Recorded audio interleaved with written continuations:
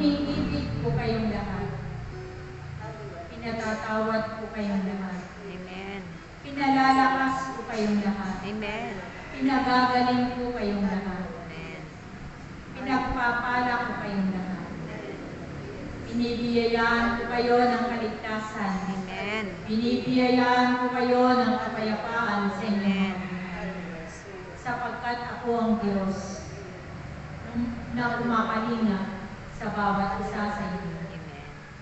Kaya kayong lahat ay huwag matakot sa inyong mga buhay, sa mga nararanasan at naririnig ninyo sa mundo nito.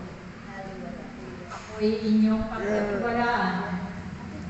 Huwag kayong mag-alinlangan sa inyong pananampalataya sa Amen.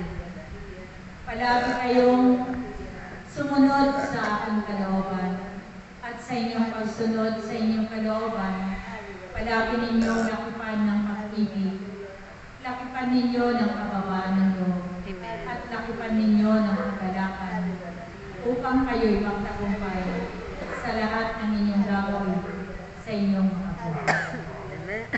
Huwag kayong mabahala sa inyong kakanin sa araw-araw ng inyong mga buhay, sapagkat akong si Yahweh ang magbibigay ng lahat ng iyan sa inyong mga buhay. Ialay ninyo ang inyong buhay sa akin at tunay na hindi kayo mabibigo.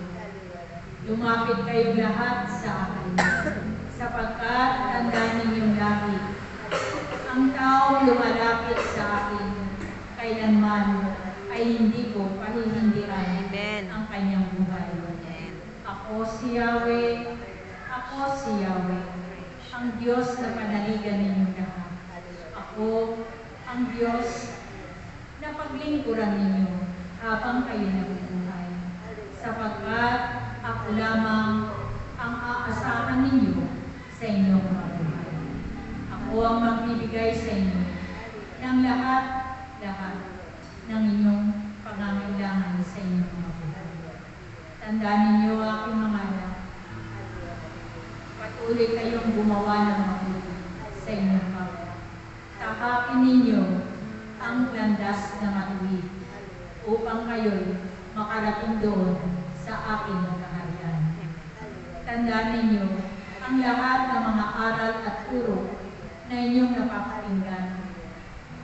Sa buhay ninyo ito, aking mga anak, at tunay na hindi kayo makapakamot, kundi makakamit ninyo ang buhay na walang hanggan.